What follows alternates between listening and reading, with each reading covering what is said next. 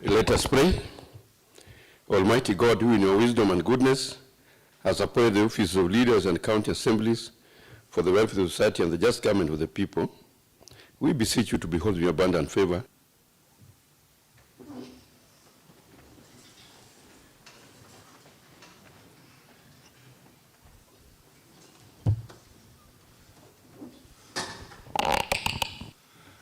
Clerk, do we have quorum to transact business? Yes, we have quorum. County Assembly, Third Assembly, Second Session, Supplementary Orders of the Day, Thursday, 30th November, 2023 at 9:30 a.m. Order of Business, Order number 1, Administration of Oath. Next order. Order number 2, Communication from the Chair. Notices of motion. Next order. Order number 7, Statements. Honorable members, today being Thursday, are you ready to proceed or you are not yet ready? Not yet ready.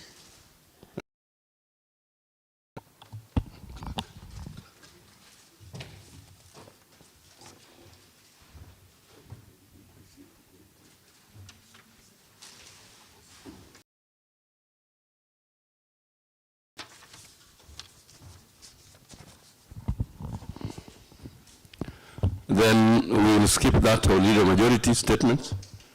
We go to request for statements. We are for relegate officially to any member who wants to maybe do the delegation to. So we have Honorable Peter Nyakomita. Are you in the house? Thank you, Honorable Speaker. Let me start with the first. Honorable Speaker, I beg to request a statement from the Chairperson Water, pursuant to Standing Order number 41. Honorable Nyakomita, just 1 minute. Do you have the Chair Water in the house? The Vice Chair? Any member of the Water Committee? Any member of, okay, yeah, just proceed then. Is in order? Yeah. Use of renewable source of energy within the county. Honorable Speaker, in the CADP 2023-2024, the Department of Energy, through the use of green design and green technology. Honorable Speaker, it is worth noting that the funds have always been on the same in the previous financial years. However, most of the markets have a number of solar lights which are either completely not functional.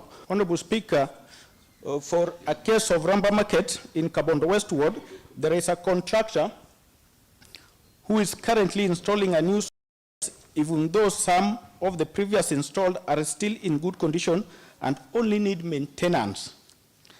It is absurd to note that the contractor never engaged either before the commence of the installation. In my view, this is a waste of county resources in the same program. Honorable Speaker, I therefore request the chairperson of the concerned committee to give a comprehensive statement on the inventory of solar lights in all markets within the county, the number of markets solar lights across the county that are functional and that need replacement or repair. Speaker, back to you. Thank you. Thank you, Honorable Nyakomita. And now that we don't have any, we don't have the chair and the vice chair, we'll give responsibility to the Honorable Vikins, who sits in that committee. So when do you think can be able to give us the response? Thank you, Mr. Speaker. I think we can provide this response next year, Honorable Speaker. Next year is very vague. Next year, what time? Next year, when we report back. Normally we give 2 weeks. Let's give you 2 weeks. I think I can consult with the chair later, but we accept the 2 weeks. Okay, okay, okay. Is that okay, Honorable Nyakomita? Honorable Speaker, with 2 weeks will be appropriate. I'll be Okay. okay with that. Okay, let's proceed to the next request. Same, back to you, Honorable Nyakomita. Honorable Speaker, I beg to request a statement from the chairperson, Blue Economy, Fisheries, Mining and Digital Economy Committee, pursuant to Standing Order number Just a 40. moment, Honorable Nyakomita. Do you have the chair, Blue Economy, in the House? The Vice Chair? Oh, yes. Okay, Honorable Low. Okay, you can be attentive now. Proceed, Honorable Nyakomita. Pursuant to Standing Order number 41, Section 2C, is a brief one. The chairperson for Blue Economy and Digital Economy Committee to furnish the House with a comprehensive statement regarding the measures in place to ensure that there is a county legislation on the sand harvesting and transportation that could address the current challenges, including protecting the miners from the business. For that case of Blue Economy, Chair, how long can you take to give the response? Thank you so much, Honorable Speaker. I would request that we are given 2 weeks. I think that, is that okay with you? absolutely, absolutely. Well done.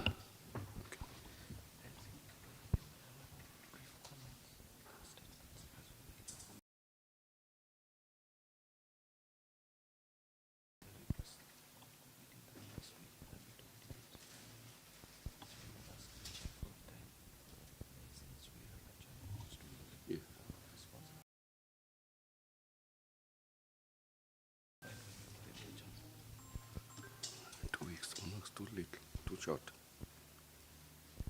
The thing one is too short for them.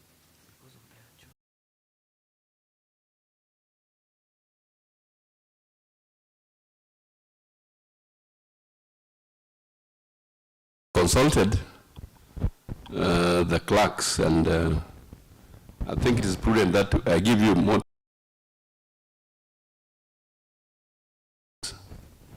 And now that I had given the go-ahead on the first request, let's allow some comments on the second request by Honorable Nyakomita on the regulation on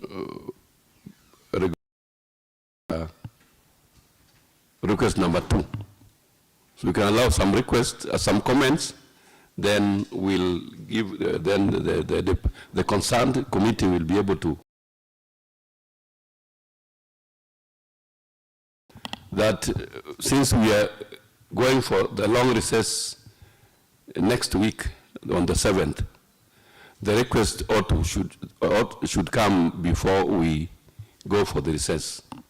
So I want to request Honorable Bondo and Honorable David hasten the responses so that we get responses next week on Thursday. Will that be okay with you, the 2 members? Honorable Bondo and Honorable David Olo. Let's start with Honorable Bondo.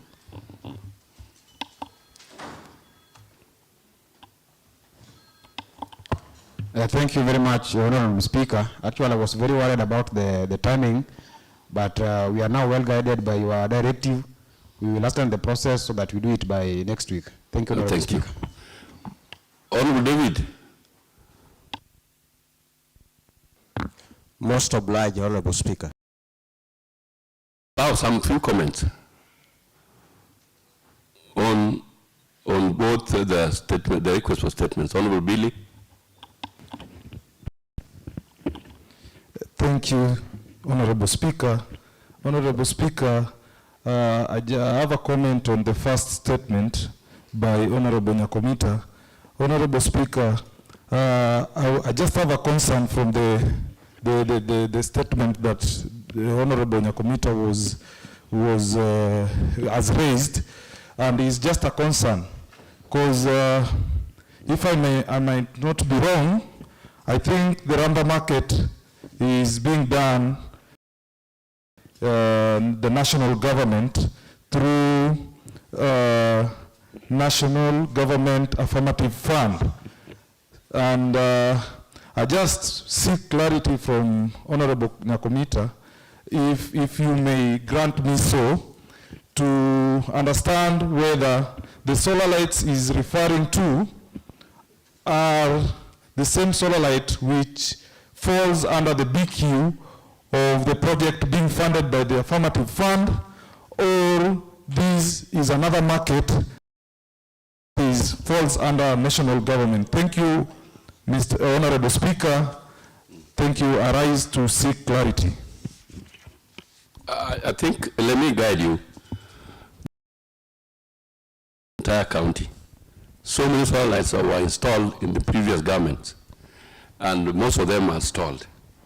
And Ramba Markets is among those markets that had the solar lights. So the fact that NG Affirmative Action is doing a new project at Ramba does not mean that if there was a to investigate. So I hope you're guided. Yeah. Proceed. Anybody else wishing to comment?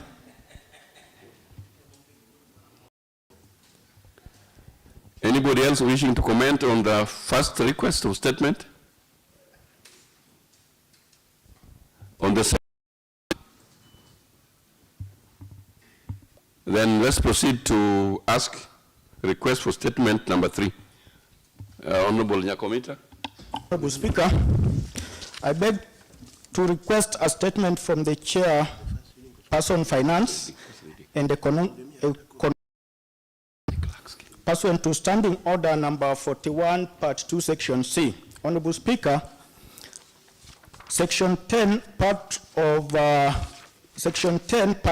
4th Schedule to the Constitution of Kenya 2010 mandate the county governments to implement specific national government policies in national policies on natural resources and environmental conservation, including soil and water conservation and forest, for regulations of sand harvesting as a way of soil conservation. Honorable Speaker, my concern is with regard to lack of Homa Bay County policy and sale within Homa Bay County. The gap is a leeway to illicit activities during harvesting and sale of sand, minors dropping out of school to join seemingly lucrative business. To evade taxes, sand harvesters means including use of alternative routes other than designated routes, making the county government to lose a lot of revenue. Honorable Speaker, it is worth noting that there is no weighbridge around the sand harvesting areas, and the sand harvesters operate beyond stipulated time frame for extraction and transportation of the building materials as spelled out in Section 4 of the Homa Bay County Finance Act 2023 and Section 10 of National Sand Harvesting Guideline 2017, which clearly provide for specific time frame and harvesting and transportation to be between 6 a.m. to 6 p.m. daily. Honorable Speaker, I therefore request the Chairperson, Finance and Economic Planning to furnish this House with a comprehensive statement on, 1, measures in place in ensuring that sand harvesters do not evade taxes by using alternative routes, which has made the county government lose in this sector. 2, to ensure to put measures in place to ensure that the harvesting and transportation of sand are carried out between recommended time frame. For the case of sand harvesting, back to you, Honorable Speaker.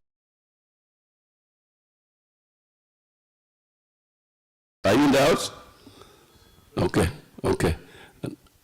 Now I want to open the debate. Some few comments before I ask you for when you'll be able to give the response. Some comments on that? Honorable Billy Noah?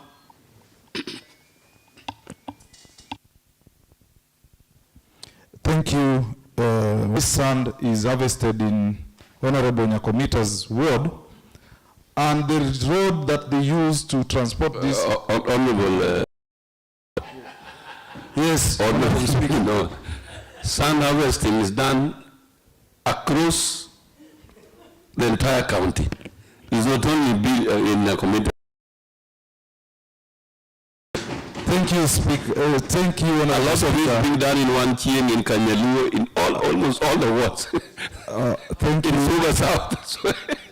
Thank you for your guidance. Where it is affecting my ward directly, because if it is being, Honorable Speaker, if it is being harvested in Wanchieng, I don't just saying that the sand that is coming from those other sides, it is being transported to Kisii County.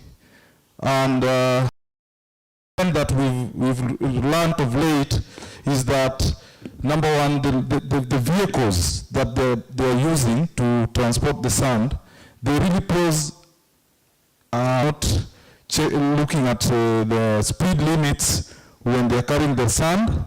Another thing is that they are using our feeder roads that we made to evade the main highway where the revenue officers are. And these, being that we are not able, I have not seen if they are checking on the load that they are carrying. They are really, our roads are really being misused. And with this, we consider also looking at ways of working on the speed limits that the lorries are using when driving the sand from our county, and again, limit the roads that they are supposed to be using when carrying the load, because we have small roads that if they are using and we are trying to maintain them, even the load, because if they are allowed to carry more than what the tonnage that is allowed, then the tear and weight of our roads is there. So, Mr. Speaker, thank you for your guidance, but it's a concern from my ward. It is something that the public have seen, and they are raising issues on it. Thank you, Mr. Speaker. Billy Noah, Honorable Bondo.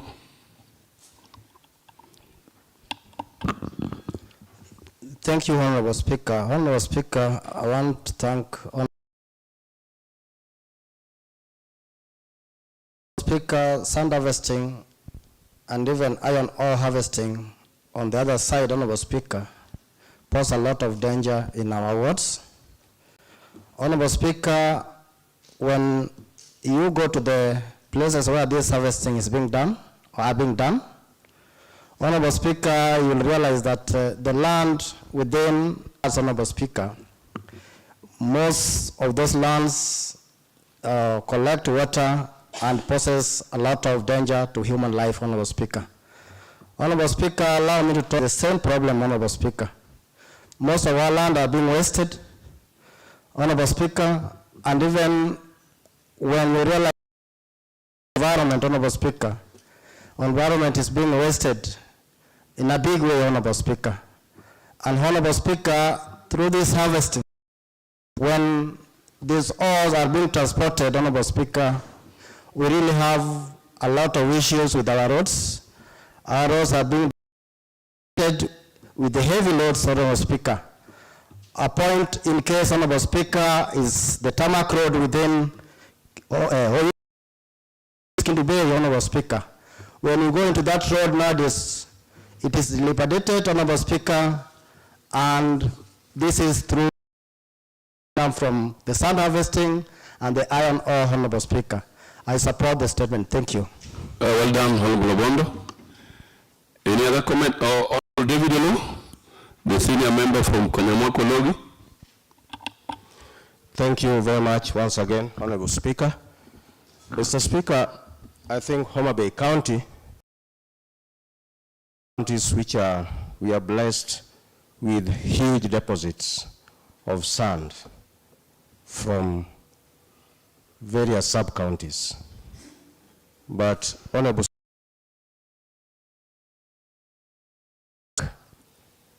it is true that we need to bring order into the way that one of these natural resources that God has blessed this county with is going to be managed.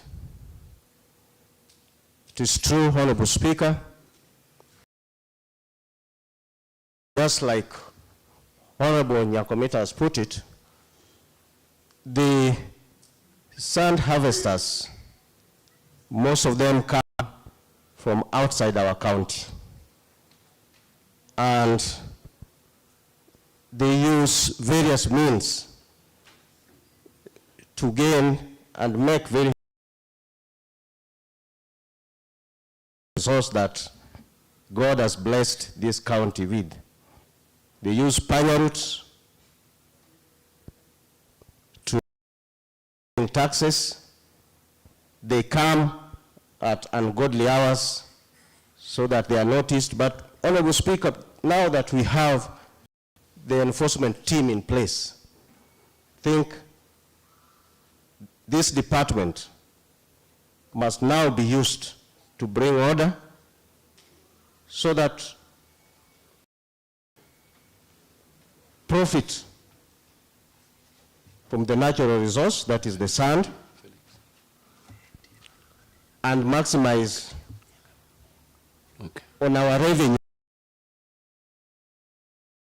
Honorable Speaker, I want to just through you request that the Chair of Committee on Finance to fast track this process so that at the end of the day, the county needs to benefit at the same time, because we know sand, but being depleted at the expense of the county. We are not getting good revenue from the sand harvesting. So, Honorable Speaker, I think this committee is going to help us to get to the bottom of this matter. Thank you very much. Well done, Honorable David Olo. Honorable Pauline Umogi. Asante sana Bwana Spika. Ningependa sana nimshukuru Mheshimiwa Nyakomita kwa kuleta kauli nzuri asubuhi ya leo. Ningependa nichangie kidogo kuhusu uchimbaji wa mchanga. Kuchimba mchanga katika kaunti yetu ya ushuru katika kaunti yetu, lakini lazima tuiangalie kwa makini sana, kwa kuwa baada ya kuchimba mchanga na kuziuza kwa wenye wanaenda kuitumia, utapata ya shimo katika msimu wa mvua kama huu zitajazwa na maji, zitakuwa ndani, na sio nzuri kwa afya ya binadamu tena na wanyama. Ningependa niseme ya kuwa liwe mpangilio nzuri limewekwa baada ya kuchimba hizi mchanga, ama baada ya kutoa mchanga, ni lazima liangaliwe kwa mpango, alafu hizi shimo ziweze zikazibwa. Sasa hatuwezi tukapata madhara kwa wanadamu ama kwa wanyama. Na ningependa niseme ya kuwa wanaochimba mchanga wasikomeshwe kuchimba mchanga, kwa sababu ni moja ya mapato yao ya kila siku. Tena wanapochimba mchanga wanaiuza, baada ya kuiuza wanapata chakula ili waweze kuwekwa kwa meza, tena wanapata karo ya shule ili waweze Ni lazima sasa mpangilio nzuri liwekwe baada ya kuchimba mchanga ama baada ya kuliuza. Ushuru nzuri ni lazima tupate katika jimbo letu la Homa Bay. Baadaye hizo mali pazuri ambapo tunaweza tukalima kwa siku zijazo. Mimi naliunga mkono. Asante sana Bwana Speaker. Well done, Honorable Pauline Umogi. I believe those who are watching us today, because we are live, will be able to know that Homa Bay is a county of Kiswahili speaking members. Honorable Zakayo Ongondo Okuma, sorry.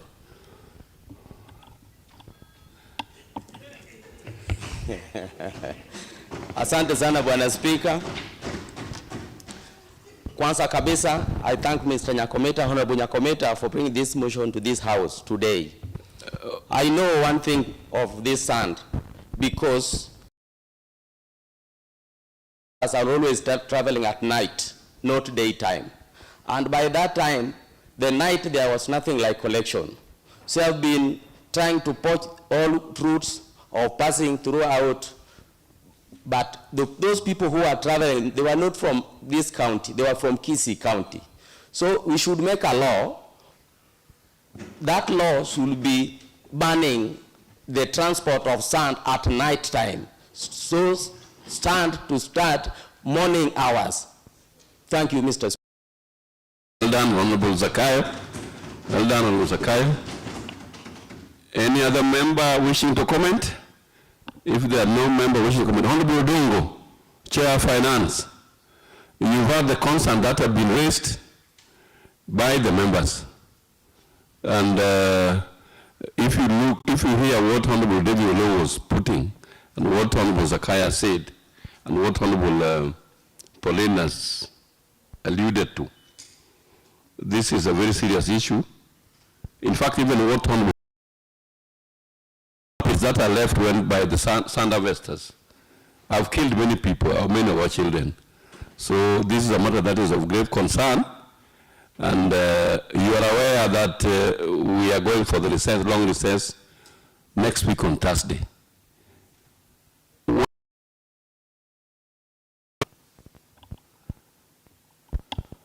Thank you, Mr. Speaker. Mr. Speaker, with the view of the expanse of this issue, I feel very compatibly that 14 days will be enough for the committee. A serious committee will manage it. 14 days, Honorable, I'm sorry, we'll find when the members are... But Speaker, I'm aware the members will go for recess, but our committee work won't stop. Let us do it and keep it so that when the members will be back officially for plenary, we'll duly do that. I'm sorry, Honorable Dongo, the trend had been set. You just must make sure that you give us a report before we go for the long recess. Because this was an urgent issue, that's why it has been. If you have the committee as all the expertise, and the executive are just not, is just a stoneware throw from us. You being a senior member of this House, I believe you can be able to give us a response by next week. Mr. Speaker, I agree with that, but I had hinted that the expanse on this made me also to give such a clarification. Otherwise... Thank you. Honorable Asiaga, I saw you trying to put your thing being read. I don't know what you want. Chair, thank you, Honorable Speaker. What I wanted to ask Honorable Odongo was that the statement that we want entirely lies on the committee. We want that report, he gets it from the department, which, to the best of my knowledge, I don't think can take much time. Need a lot of expertise. Thank you, Honorable Asiaga, but we have agreed with Honorable Odongo that then the report should be, the response should be here by next week. Yeah. Next order.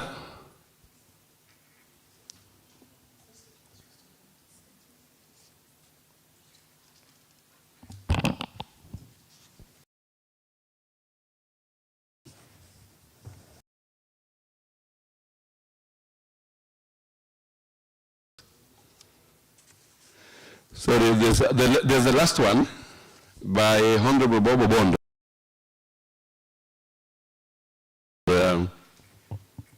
Senator Kasipul, and who was also the chief whip, majority. Honorable Bondo, the floor is yours. Speaker. Honorable Speaker, I beg to request a statement from the Chairperson Lands, Housing and Physical Planning Committee, pursuant to Standing Order number 41-2C, notice number 9781, dated 28th July 2023, transferred some functions to Oyugis Municipal Board. Honorable Speaker, street lights, parking facilities, bus and taxi stands to regulate and control traffic. Honorable Speaker, I'm concerned with the state of street lights within Oyugis town, which are too dim and normally go off early, hence not serving the intended purpose. Honorable Speaker, I therefore request the measures in place to address the street lighting challenge in Oyugis town, Honorable Speaker. I thank you.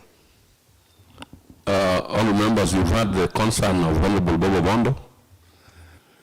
Any member of the Lands Committee? Oh, you are there, okay. You will take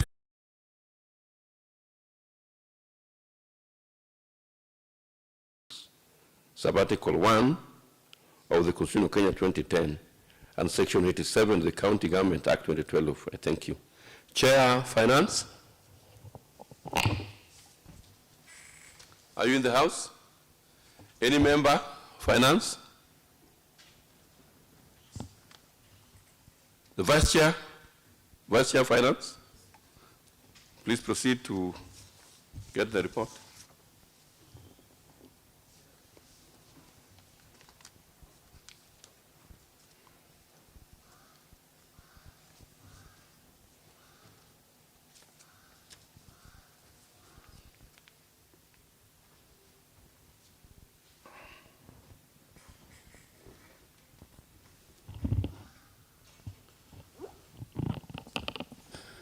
Next is the communication number 64 of 2023.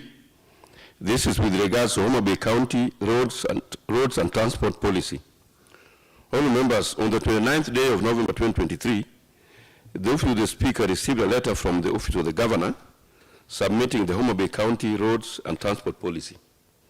Honourable members, the purpose of this policy is to give effect to the provisions of the fourth schedule of the Constitution of Kenya on the specific function that appertains to road and transport infrastructure development.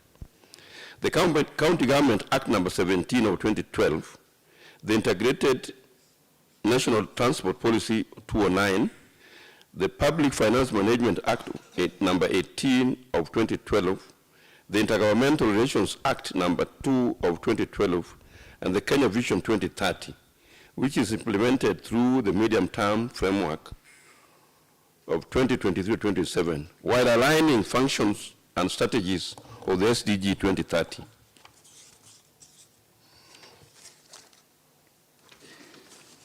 All members, I therefore commit the Homa Bay County Roads and Transport Policy to the Committee on Roads, Public Works, Transport Infrastructure for scrutiny and to report back to the House as soon as practicable.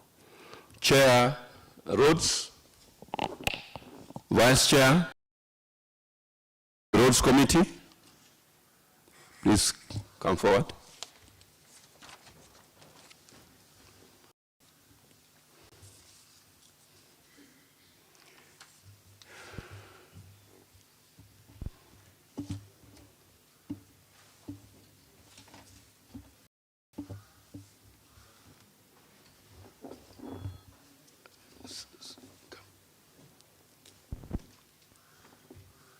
Next Tuesday, dedicated.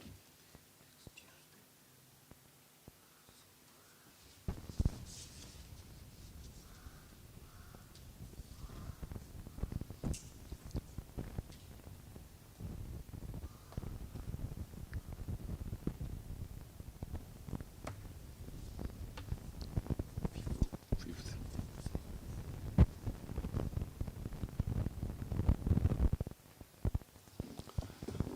Next order. Order number 9, adjournment.